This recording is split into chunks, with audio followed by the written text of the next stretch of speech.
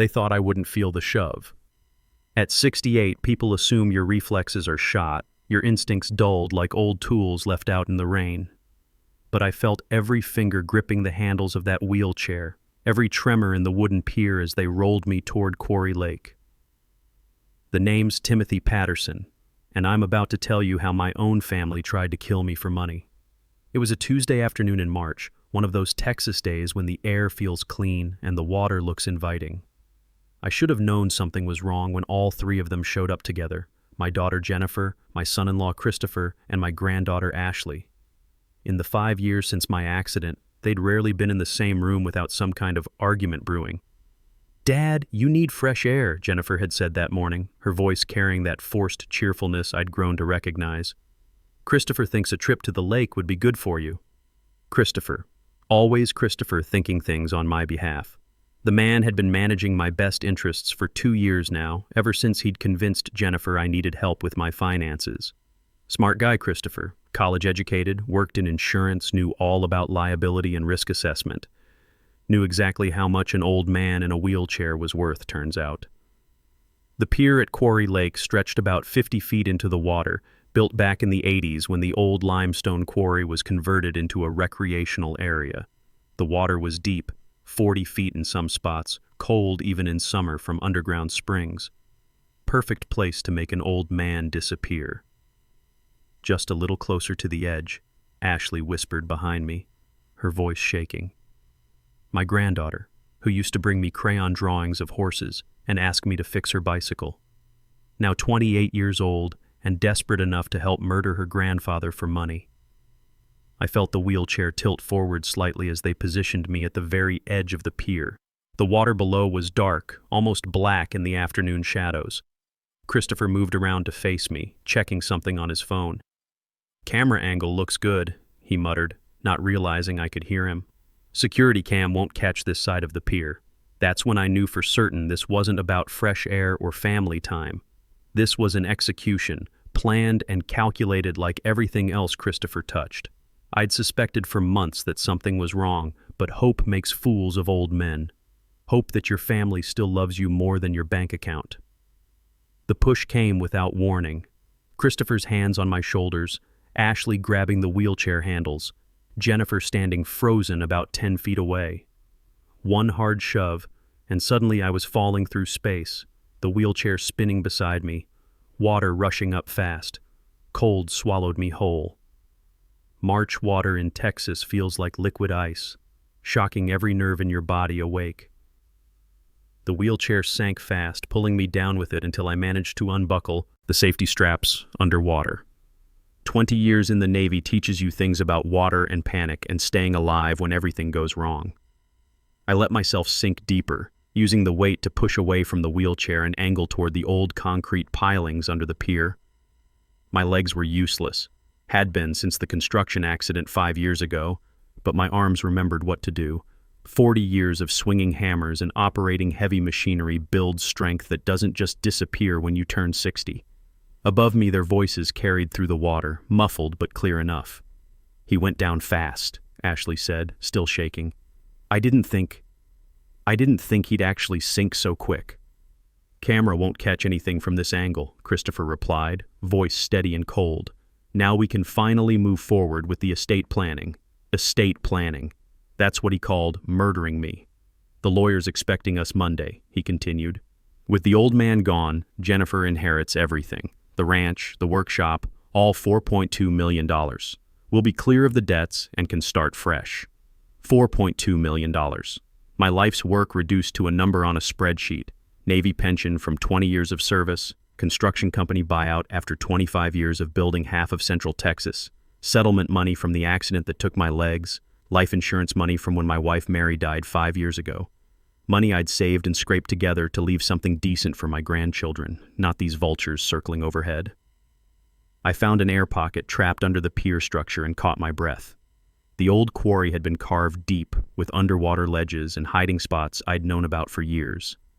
Used to bring Jennifer here when she was little, taught her to fish off these same piers, back when she was my little girl, not someone willing to watch me drown for money.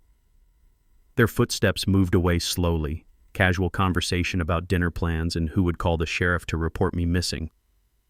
I waited until I couldn't hear them anymore, then began the long swim to the shallow end near the boat ramp. 20 years in the Navy teaches you about more than just staying afloat. It teaches you about planning, patience, and what real enemies look like. Swimming to shore took everything I had left. My arms burned by the time I reached the boat ramp, muscles cramping from the cold water and effort. But I made it, dragging myself up the concrete incline inch by inch until I could roll onto the gravel parking area. The sun was still shining like nothing had happened. A couple of teenagers were fishing off the far pier, completely unaware that a man had just been murdered 200 yards away. Or so my family thought. I lay there for a few minutes, catching my breath and letting the reality sink in. My daughter had just stood there and watched her husband try to kill me. My granddaughter had helped push the wheelchair. 3 people, who used to fight over who got to carve the Thanksgiving turkey, had just collaborated on my execution. But here's the thing about being 68 years old with 20 years of military service under your belt. You learn to compartmentalize. Emotions are useful, but they don't solve problems. Action solves problems. I crawled to the maintenance shed where I'd hidden my backup truck 6 months ago. Call it paranoia, call it preparation. When you start noticing your family asking too many questions about your will, you make contingency plans. The keys were still taped inside the wheel well where I'd left them. Driving home with wet clothes was interesting. The heater helped, but I still looked like I'd been swimming in my street clothes when I pulled up to the ranch. Good thing Christopher had insisted on the long circular driveway. For emergency vehicles, he'd said, more likely so visitors couldn't see the house from the road. The ranch sat on 15 acres outside Austin. Nothing fancy but well-maintained. Single-story house built in the 70s. Big garage workshop where I restored motorcycles. Couple of outbuildings for storage.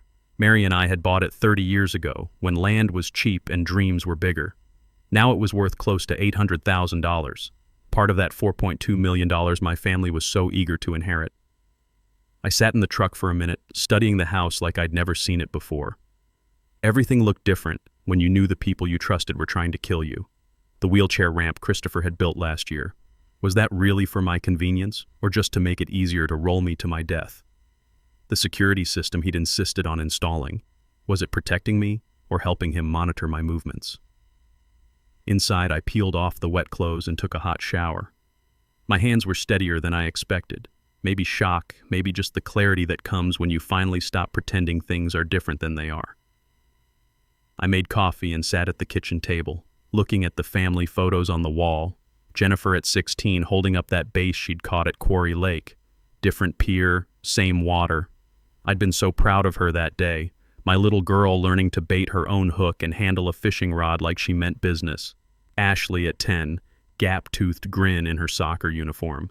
I'd driven to every game her parents couldn't make, which was most of them. Cheered from the sidelines like she was playing in the World Cup. After her parents' divorce, I was the stable male figure in her life. Guess that stability wasn't worth much when debt collectors started calling. Kevin at 8, covered in motor oil after helping me rebuild a Harley transmission. He'd handed me tools and asked 1,000 questions about how engines work. Now 24 and finishing law school at UT, probably studying for finals instead of planning his grandfather's murder. 3 grandchildren. 2 tried to kill me today. 1 was innocent as far as I knew. The phone rang around 6 p.m. Jennifer, right on schedule. Dad? Dad, are you there? Her voice carried that particular note of controlled panic that comes from not knowing if your plan worked. We went by the lake today and your truck was there, but we couldn't find you anywhere. The wheelchair was in the water and she paused, probably remembering she wasn't supposed to know about the wheelchair being in the water.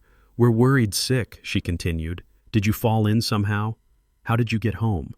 I let her twist in the wind for a few seconds. Amazing how much you can hear in silence, rapid breathing, whispered conversation in the background, someone coaching her on what to say. I'm fine, I said finally. But Dad, how did you... if you fell in the water, how did you get out?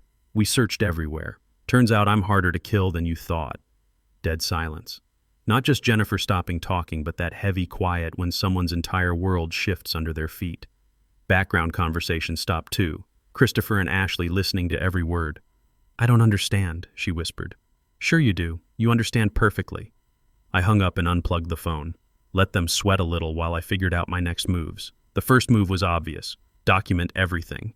I'd been carrying a digital recorder for weeks. Old habits from the construction business where disputes over contract details could cost you thousands. Tonight I'd start recording every conversation, every visit, every attempt to gaslight me into thinking I was confused or forgetful.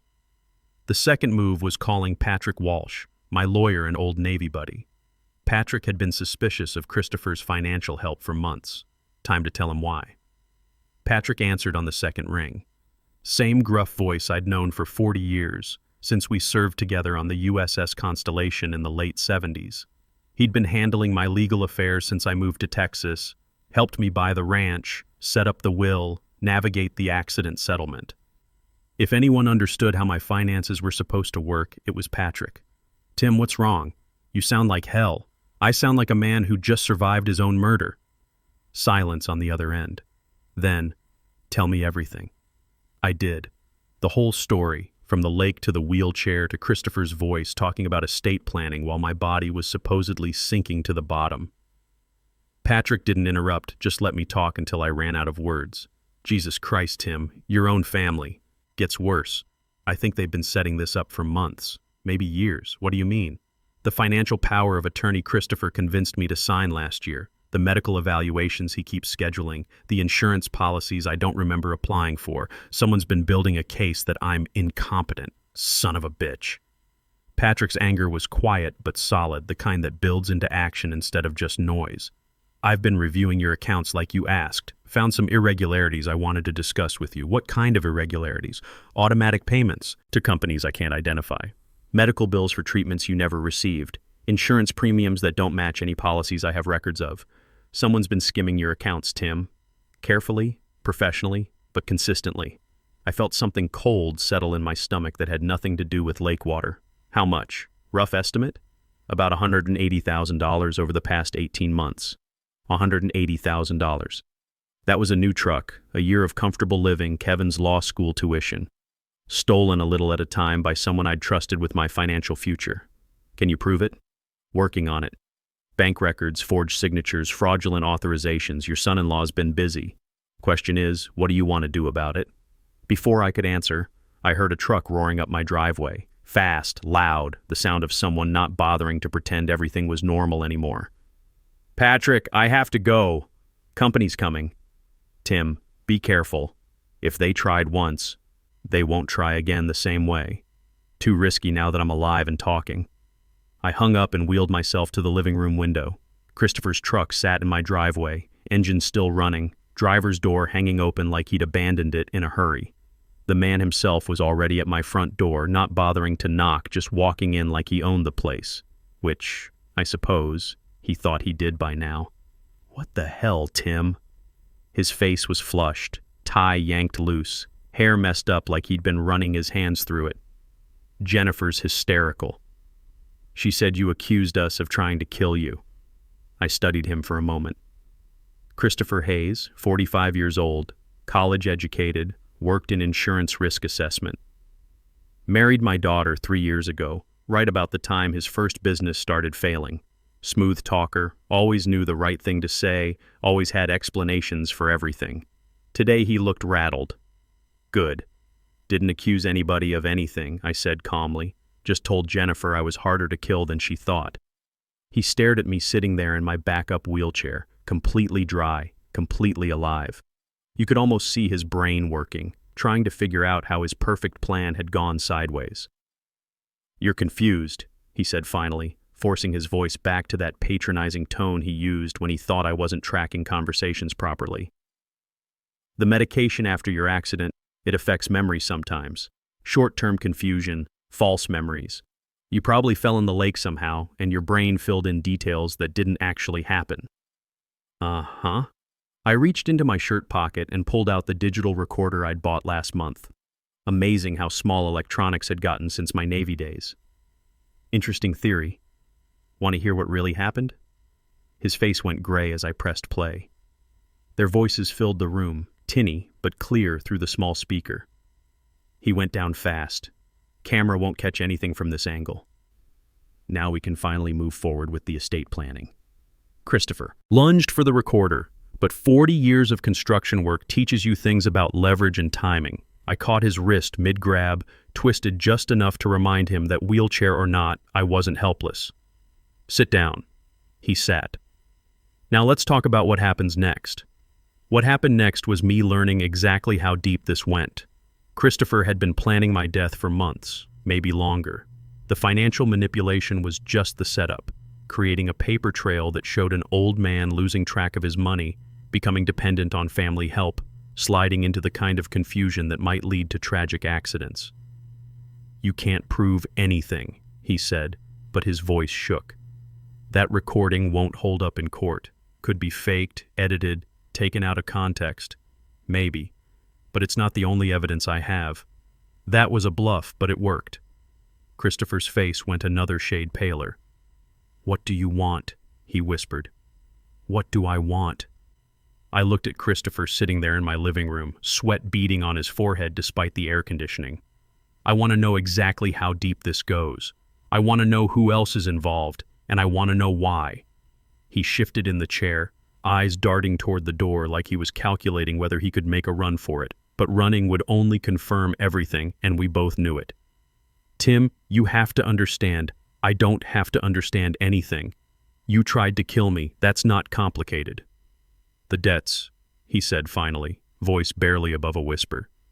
"Ashley owes money to people you don't want to owe money to. Jennifer's behind on her mortgage since the divorce. I've got 2 failed businesses and creditors calling every day. So you decided to murder me. It wasn't supposed to be murder. It was supposed to be an accident. Confused old man wanders too close to the water, falls in, tragic drowning. You'd be free of all the medical problems, the pain, the wheelchair. We'd inherit enough to solve our problems. Everyone wins." I stared at him. "Everyone wins? You know what I mean?" "No, I don't think I do. Explain to me how my death solves your problems better than, say, getting a job that pays more than minimum wage." That hit home. Christopher's jaw tightened, and for a second I saw the real man under the smooth-talking insurance salesman exterior. Angry, entitled, desperate enough to kill his wife's father rather than face his own failures. "You don't understand the pressure we're under," he said. "Ashley's in deep with some loan sharks over gambling debts. Jennifer's house is going into foreclosure next month. My business partners are threatening lawsuits. We needed a solution, not a lecture about personal responsibility. You needed my money. We needed help. Did you ever think about asking?" He laughed, short and bitter. "Ask Timothy Patterson for money? The man who made his own daughter work summer jobs to pay for college clothes? The guy who told Kevin he'd pay for law school only if Kevin maintained a 3.5 GPA and worked part-time?" That stung because it was true.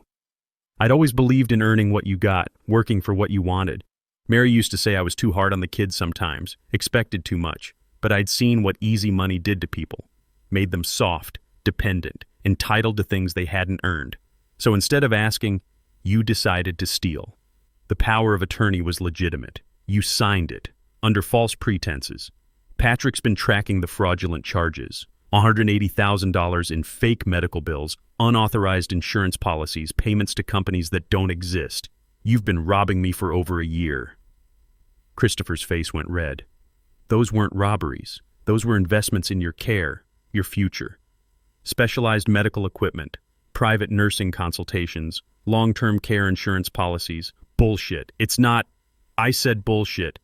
My voice came out harder than I intended, carrying some of that command authority you learn in the Navy.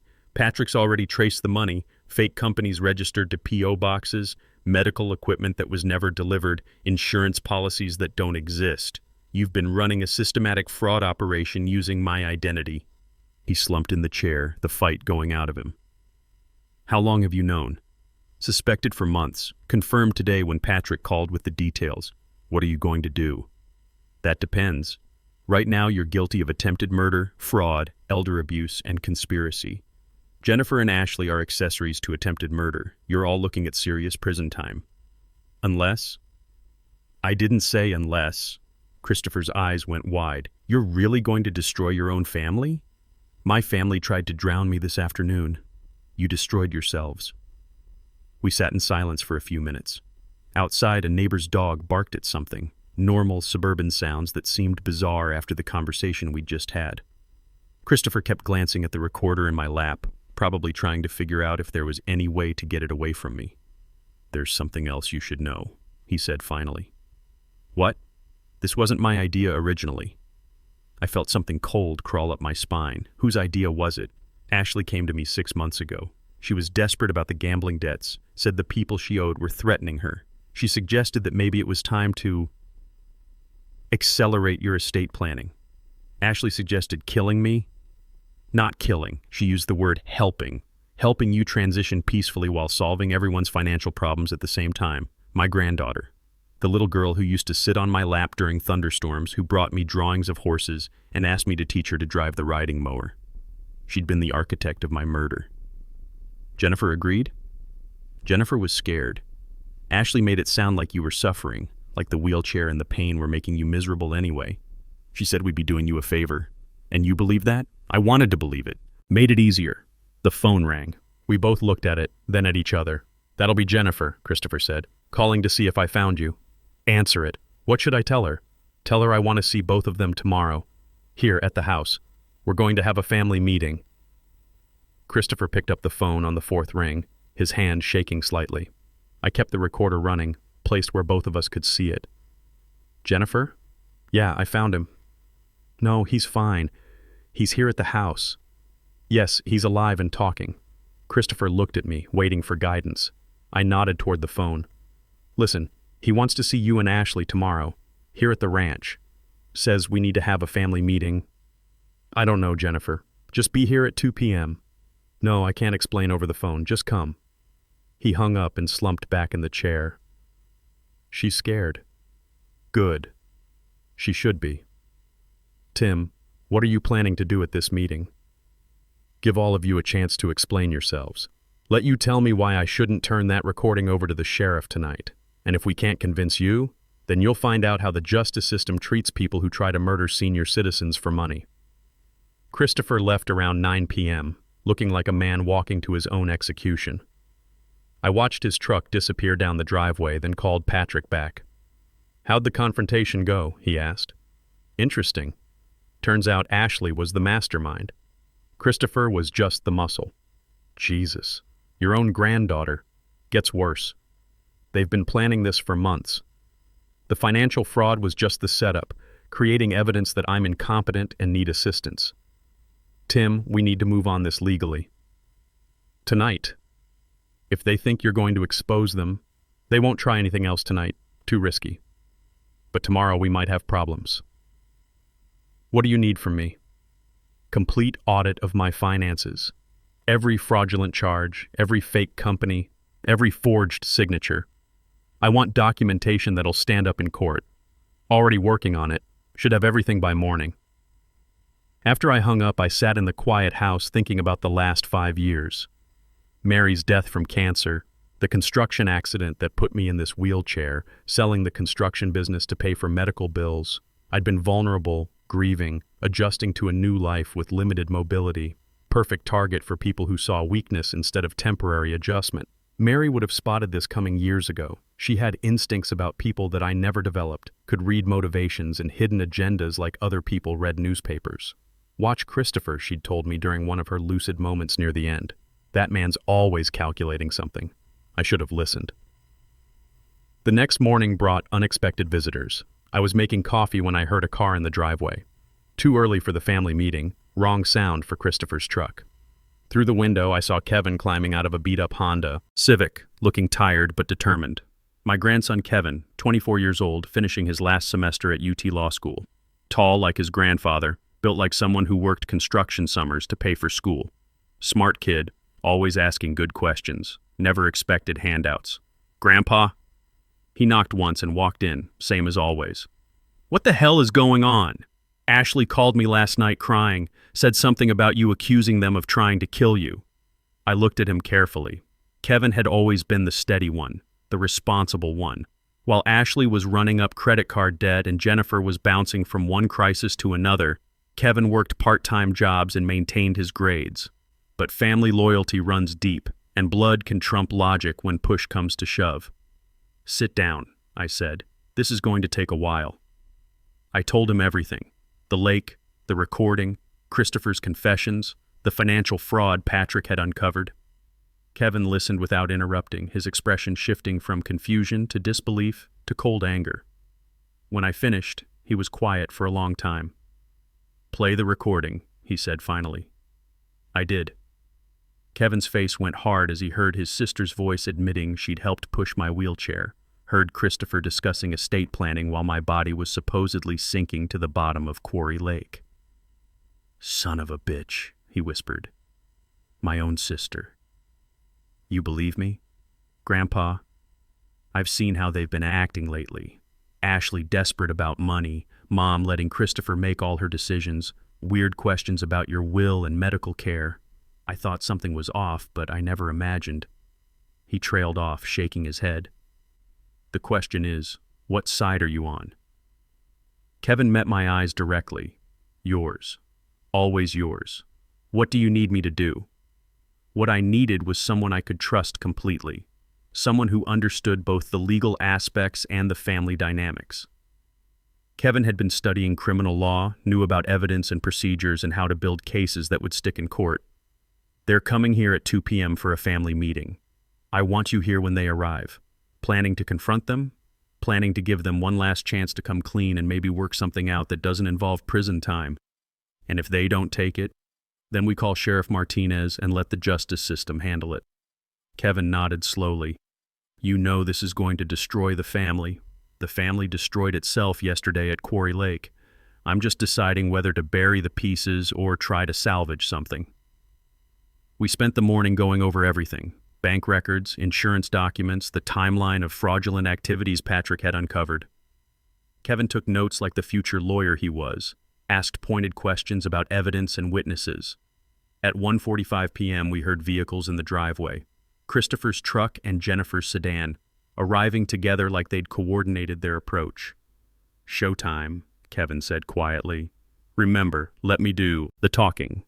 You're here as my witness and advisor." "Got it." The family meeting was about to begin. They came in like mourners at a funeral, heads down, avoiding eye contact. Jennifer first, moving slowly, her face pale and drawn. Ashley behind her, red-eyed from crying, clutching a tissue. Christopher brought up the rear, trying to maintain some dignity but looking like a man who knew his number was up. Kevin stood when they entered, professional and formal. Mom, Ashley, Christopher. "Kevin?" Jennifer's voice cracked. "What are you doing here? Grandpa called me, told me what happened yesterday." Ashley's face crumpled. "It wasn't supposed to. We never meant for anyone to get hurt." "Sit down," I said, gesturing to the couch and chairs I'd arranged in a semicircle. "All of you." They sat like defendants awaiting sentence. Christopher kept his hands folded in his lap, probably to hide the trembling. Jennifer stared at the floor. Ashley looked like she might bolt for the door any second. I wheeled myself to face them, Kevin standing slightly behind me with a legal pad and pen. Professional backup, just like Patrick had taught me in business dealings. Always have witnesses, always take notes. "Yesterday afternoon," I began, voice steady and calm, "the three of you tried to murder me at Quarry Lake. You pushed my wheelchair off the pier, expected me to drown, and walked away discussing how to divide up my $4.2 million estate." "Dad, please," Jennifer whispered. "It wasn't like that." "Then tell me what it was like." Silence.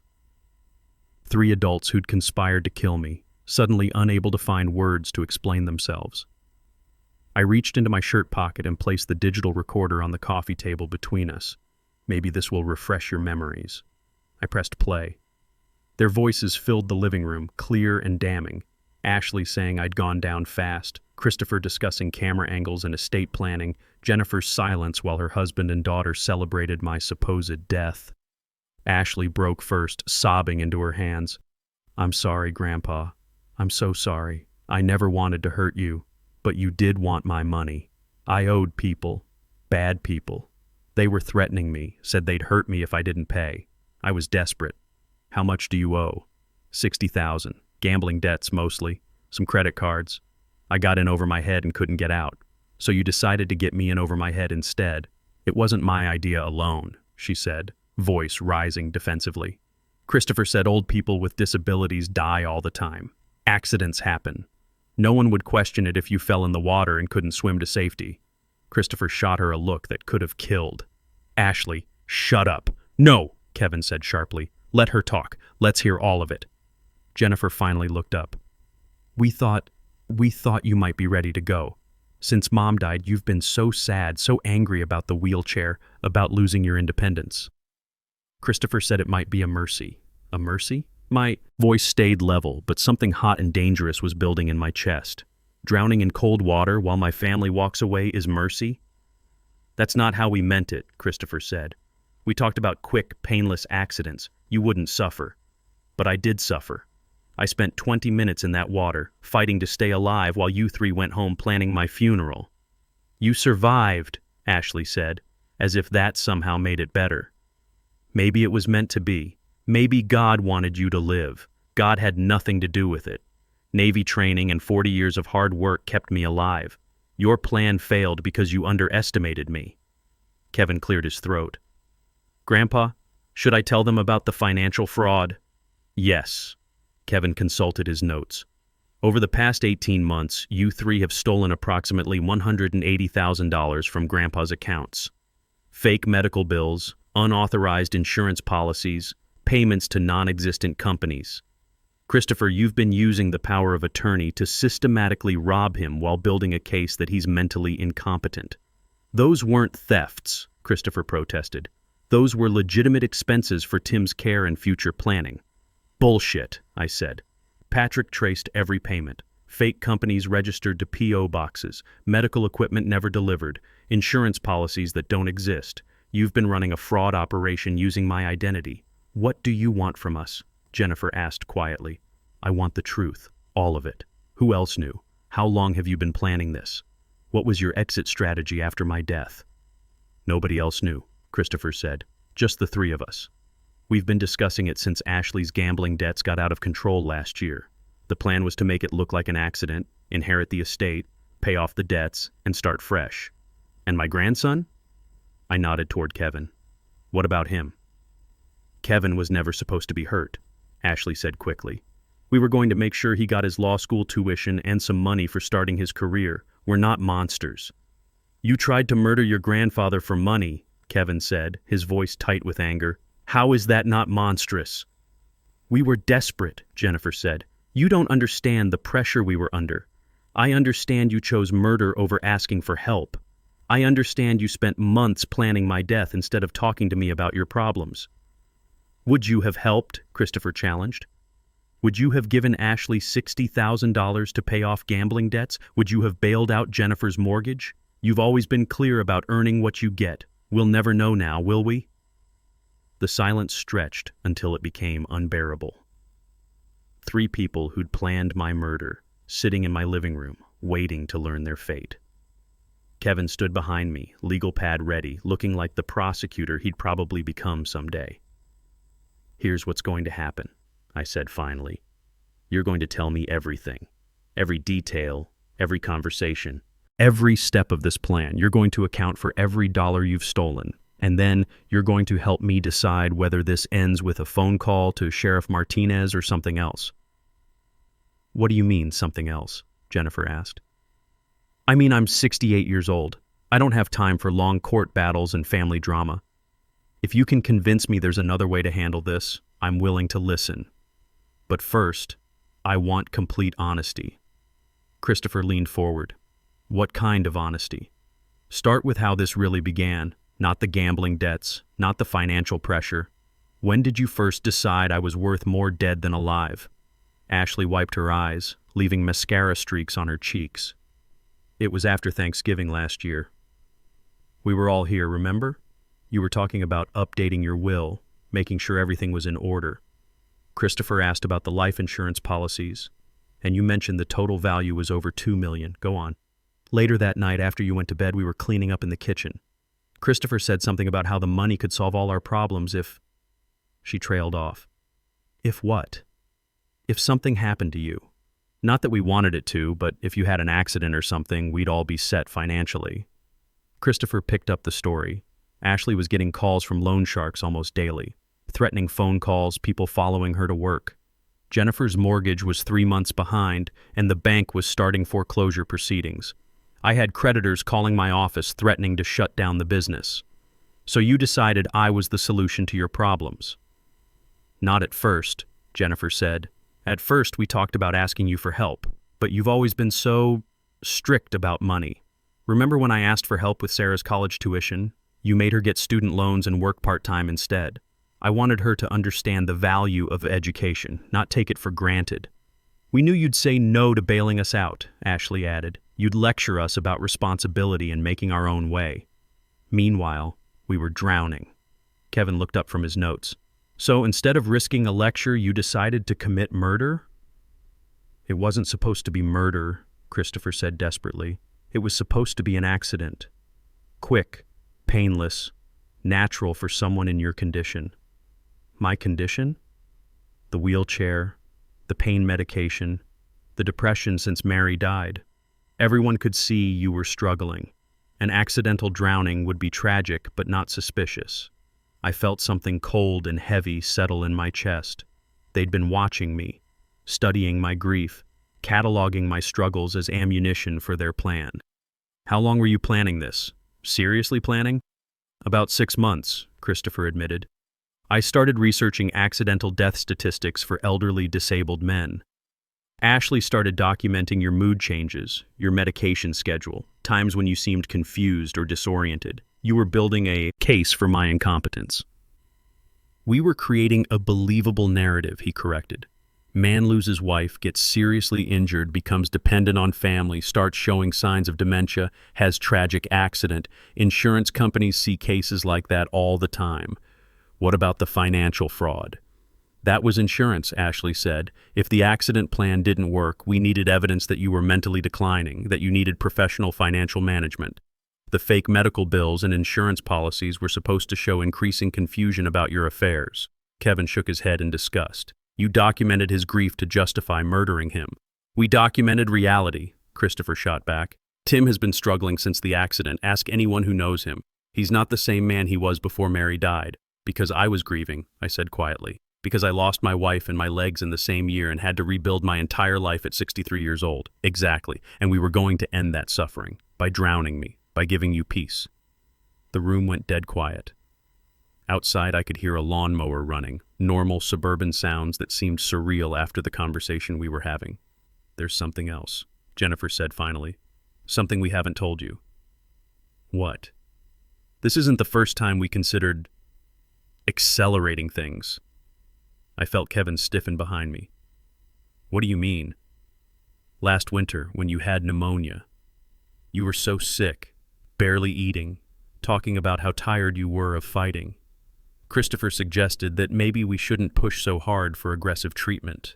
Let nature take its course. You tried to let me die of pneumonia? We didn't try to kill you, Jennifer said quickly. We just didn't fight as hard as we could have to keep you alive. I recovered on my own. You did.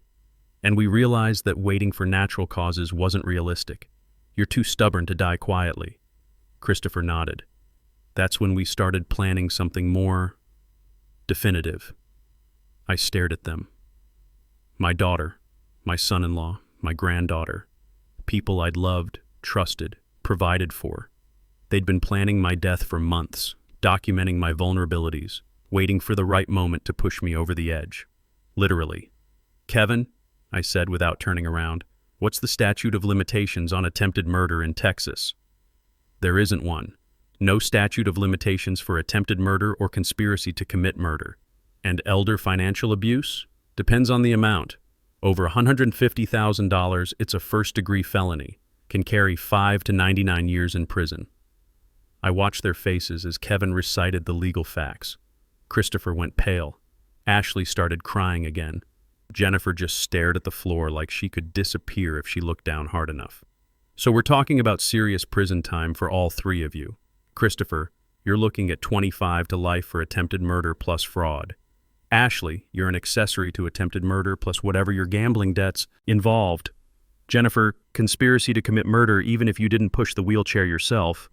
What do you want from us? Christopher asked. I want you to understand what you've done. Not just the murder attempt, not just the money. You turned my grief into a weapon. You watched me struggle with losing Mary and learning to live in this wheelchair, and you used that pain to justify killing me. Dad, we never meant, Jennifer started. You meant exactly what you did. You planned it for months. You documented my bad days, my medication confusion, my depression. You built a case for why I was better off dead. I looked at each of them in turn. Ashley, 28 years old, my granddaughter who used to bring me pictures she'd drawn of our family. Jennifer, 45, my daughter who used to call me every Sunday until Christopher convinced her I was becoming a burden. Christopher, the outsider who'd wormed his way into my family and turned them against me. Here's what's going to happen, I said finally. You have two choices. Option 1, I call Sheriff Martinez right now. You get arrested, charged, and face whatever the courts decide. Could be 20 years, could be life, depending on how the prosecutor feels about families who try to drown their elders for money. What's option 2? Ashley whispered.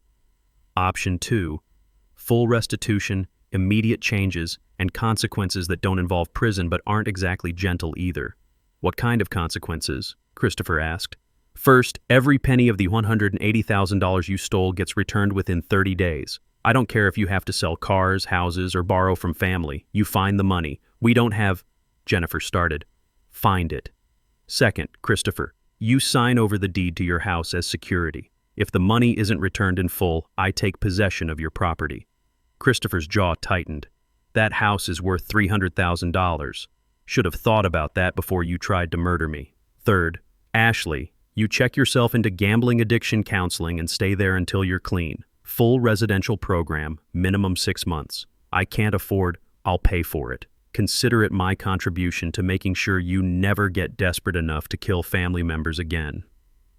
Kevin was taking notes, nodding approvingly at each condition. What about ongoing monitoring? Good question. Fourth condition, all 3 of you submit to monthly financial audits for the next 5 years. Patrick Walsh reviews every bank statement, every expenditure, every income source. You try to hide money or make unusual purchases, the deal's off and we go straight to criminal court. That's humiliating, Jennifer said. Not as humiliating as wearing prison orange for 20 years. Fifth condition, you all sign confessions admitting to the attempted murder and financial fraud. Legal documents, witnessed and notarized, that I keep as insurance. You step out of line even once. Those confessions go straight to the district attorney. You want us to confess to attempted murder? Christopher asked. You did attempt to murder me. I'm offering you a way to avoid prison, not pretend it didn't happen. What's the 6th condition? Ashley asked. Smart girl. 6th condition. Family relationship is over. Done. Finished. You don't visit, you don't call, you don't send Christmas cards. I don't want to see any of you again unless it's in a courtroom. Jennifer started crying then. Not the manipulative tears she'd used over the years to get her way, but real tears. The kind that comes from losing something forever. Dad, please. We're still family. Family doesn't try to drown each other for money. You chose cash over blood. Now you live with that choice. What about Kevin? Ashley asked. Does he get cut off too? I looked at my grandson, standing there with his legal pad, having watched his mother and sister confess to attempted murder. Kevin chose his side yesterday when he drove down from Austin to help me. He's still family. You 3 are just relatives now. How long do we have to decide? Christopher asked. You don't. You're deciding now, today, in this room. Either you agree to all 6 conditions and we start paperwork immediately, or I call the sheriff and you get arrested for attempted murder. No negotiation, no time to think about it. This is extortion, Christopher said. No, this is mercy. Extortion would be if I demanded money for keeping quiet. I'm offering you a way to avoid prison while still facing consequences for trying to kill me. Big difference. Kevin cleared his throat. Legally, this is completely legitimate. Victim impact negotiations, restitution agreements, supervised probation in lieu of criminal prosecution. Happens all the time. So what's it going to be? I asked. Prison or accountability? The silence stretched for nearly 5 minutes. Christopher kept running his hands through his hair. Ashley stared at her phone, probably calculating how much debt she could clear with a miracle. Jennifer looked like she was watching her world collapse in slow motion. Finally, Christopher spoke. We'll take the deal. All of you? I asked. This isn't Christopher making decisions for everyone anymore. Each of you needs to agree individually. I agree, Ashley said quickly. I'll do the rehab program, whatever you want. I can't go to prison. Jennifer took longer. If I agree to this, do I lose my daughter too? Does Ashley get cut off from me because she chose your deal? That's between you and Ashley. My conditions are about my relationship with each of you, not your relationships with each other. She nodded slowly. Then yes, I agree. Kevin pulled out his phone. I'm calling Patrick Walsh. We'll need legal documentation for all of this, properly witnessed and notarized. Wait, Christopher said. I need to understand something first. If we do this, if we pay the restitution and follow all your conditions, what guarantee do we have that you won't change your mind later and turn us in anyway? You don't have any guarantee except my word. But consider the alternative. If I wanted pure revenge, I'd have called the sheriff yesterday instead of arranging this meeting. Your word, Christopher repeated. The word of a man whose family just tried to murder him. That's right. The word of a man who's offering you a chance to avoid prison, despite the fact that you tried to drown him for money. You got a better option? He didn't answer. Patrick arrived an hour later with a briefcase full of legal documents. He looked grim but professional, shaking hands with Kevin and nodding curtly to the others. Timothy's filled me in on the general terms, he said, setting up at the dining room table. Let's go through this systematically. The paperwork took 3 hours.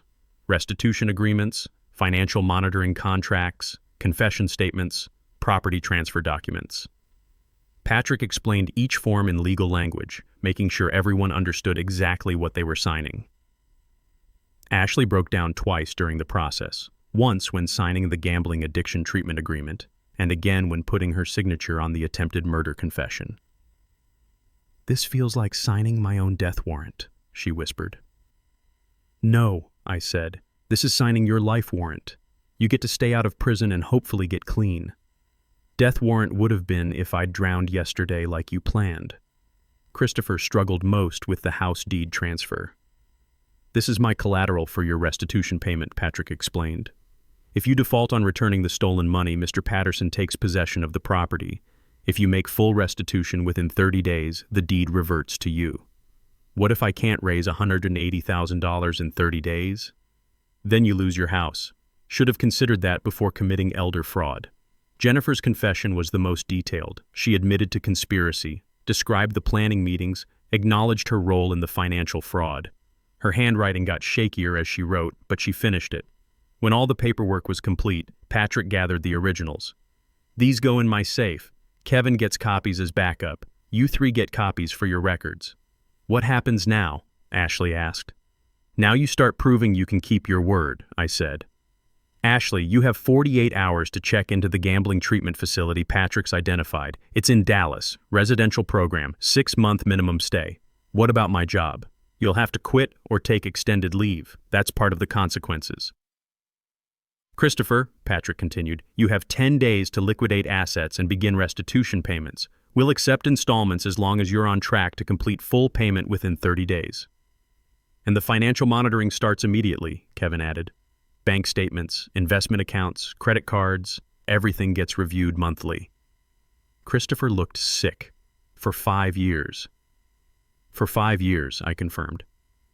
Unless you violate the agreement, in which case those confessions go to the district attorney and you face the original criminal charges. Jennifer hadn't said much during the paperwork session. Now she spoke up. Dad, I know you don't want to see us anymore, but someday, maybe when some time has passed. Jennifer, you watched your husband try to drown me and didn't say a word. You stood there while they pushed my wheelchair off that pier and discussed dividing up my money. There's no coming back from that. But we're still family. No, family protects each other. Family fights for each other. Family doesn't stand silently while someone they love gets murdered for money. You're my biological daughter, but you stopped being my family yesterday at Quarry Lake. Tears ran down her cheeks, but she didn't argue. By evening, they were gone. Christopher drove away first, shoulders slumped, probably heading home to figure out how to raise $180,000 in a month. Ashley left with a suitcase, headed to Dallas and the treatment facility. Jennifer lingered longest, standing by her car in my driveway, looking back at the house like she was memorizing it. Kevin and I watched from the window. You think they'll stick to the agreement? He asked. Christopher will. He's too smart to risk prison. Ashley will because she's genuinely scared and the treatment might actually help her. Jennifer, I shrugged. Jennifer will do whatever's easiest. Right now, that's following the rules. And if they violate the agreement, then you'll have your first case as a criminal prosecutor. Kevin laughed, but it wasn't a happy sound. I never thought I'd be planning to prosecute my own family. They're not your family anymore. They're criminals who happen to be related to you. Patrick stayed for dinner, grilling steaks on the back patio like we'd done dozens of times over the years. Normal activities felt strange after the day's events, but good strange. Like returning to life after surviving something that should have killed you. You know, Patrick said, most people would have called the police immediately. Why did you give them the choice? Because sometimes justice isn't about punishment. Sometimes it's about consequences and change. Prison would have destroyed them without fixing anything. This way, maybe Ashley gets clean, maybe Jennifer learns something about loyalty, maybe Christopher discovers that actions have prices. And maybe they all just resent you forever for holding their crimes over their heads. Maybe. But they're alive and free, which is more than they plan to leave me. We ate in comfortable silence, watching the sun set over the ranch. Tomorrow would bring new challenges, monitoring their compliance, adjusting to life without the family I'd known for decades, figuring out what came next. But tonight, I was alive, I was safe, and I was finally free of people who loved my money more than they loved me. That felt like victory enough. 18 months later, I'm sitting on the porch of a cabin in the Colorado mountains watching the sun rise over peaks that make Texas hills look like speed bumps. Kevin's visiting for the weekend, bringing coffee and updates from the world I left behind. Ashley completed the program, he says, settling into the chair beside me. 6 months in Dallas, then 6 months in a halfway house. She's been clean for a year now, working at a nonprofit that helps people with gambling addictions. Good for her. She asks about you sometimes. Wonders if you ever think about forgiving them. I sip my coffee, watching a hawk circle above the tree line. I think about a lot of things. Forgiveness isn't one of them. Kevin nods. He understands the difference between moving on and pretending things didn't happen. Smart kid, always has been. Christopher made the restitution payments, he continues. All $180,000, right on schedule. Sold his boat, Jennifer's jewelry, took out a second mortgage. Patrick confirmed the money's back in your accounts with interest. And the monthly financial monitoring? Clean as a whistle for 18 months. No unusual expenditures, no hidden accounts, no attempts to circumvent the agreement. He's following every condition exactly. That doesn't surprise me. Christopher's too smart to risk prison over petty violations. Fear is an excellent motivator for people who lack natural integrity. What about Jennifer? Kevin's expression darkens. Mom's struggling. Lost the house to foreclosure last month. Living in a one-bedroom apartment, working 2 part-time jobs to make ends meet. The divorce from Christopher was finalized in December. She divorced him, kicked him out 6 months after the lake incident. Said she couldn't live with a man who'd talked her into murdering her father. Interesting. Maybe Jennifer had found some backbone after all, though it came about 2 years too late to matter. Christopher's not contesting the divorce. He knows he needs to stay low profile until the monitoring period ends. 3.5 more years. 3.5 more years, Kevin agrees. We sit quietly for a while, listening to the wind through the pines. The silence up here is different from Texas silence. Cleaner somehow, without the weight of family history and broken trust. You miss the ranch? Kevin asks. Sometimes. Mostly I miss the workshop, working on motorcycles. But I've got a decent setup here now. It's true. The cabin came with a 2-car garage that I've converted into a workshop. Nothing fancy, but adequate for rebuilding engines and staying busy. The mountain air is easier on my lungs, and the neighbors are mostly retired military like me. People who understand that sometimes you need to start over. The money from selling the ranch is helping a lot of people, Kevin says. The Veterans Center you're funding has helped about 200 families so far. That was the right decision. After the lake incident, staying in Texas felt like living in a graveyard. Too many memories, too many places where ghosts of my former family lurked around corners. I sold the ranch for $850,000. kept enough to buy the Colorado cabin outright, and donated the rest to organizations that help disabled veterans and their families. Money can't buy back trust, but it can help people who actually need it. Kevin, I need to ask you something. Sure. Do you ever regret choosing my side over theirs? He's quiet for a long moment, staring out at the mountains. You want the honest answer? Always. Sometimes I wonder what would have happened if I'd tried to mediate instead of taking sides. Maybe there was a way to keep the family together, get Ashley help, work out payment plans for everyone's debts. And then I remember that they tried to murder you. There's no mediating attempted murder. There's no family meeting that fixes, we pushed Grandpa off a pier and left him to drown. He looks at me directly. No, I don't regret it. I regret that it was necessary, but I don't regret choosing loyalty over DNA. Good answer. Besides, he grins, you're a lot more fun to visit than they ever were. When's the last time Mom or Ashley taught me to rebuild a carburetor or shared war stories from the Navy? Point taken. Kevin's finishing his second year of law school now, specializing in elder law like he promised. We've talked about him joining Patrick's firm when he graduates, maybe expanding their practice to include more advocacy for seniors who get targeted by family members or financial predators. There's something else, Kevin says. I've been thinking about writing a book about what happened. Obviously changing names and details, but the basic story. How families can turn predatory, what warning signs to watch for, legal options for victims. Think there's an audience for that? Look around. How many guys our age have families circling their assets like sharks? How many widowers get pressured into simplified financial management by relatives who'd rather inherit now than wait? He's got a point. The older I get, the more I hear stories about families who see aging relatives as ATMs with legs, kids who can't wait for natural death, who push for power of attorney and convenient accidents. Write the book, I say. Maybe it'll help some old fool recognize the warning signs before he ends up in deep water. Literally. Literally. The sun's fully up now, painting the mountains gold and purple. Time for Kevin to head back to Austin, back to school and his girlfriend and the life he's building. Time for me to check on the Harley I'm restoring in the garage, maybe drive down to see my Navy buddy Carl, who lives about 20 miles south. As Kevin loads his overnight bag into his car, I'm reminded again why blood doesn't automatically make family. Family is the people who show up when you need them, who choose loyalty over convenience, who stand by you even when it costs them something.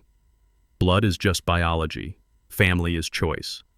Take care of yourself, Grandpa, Kevin says, hugging me goodbye. Always do.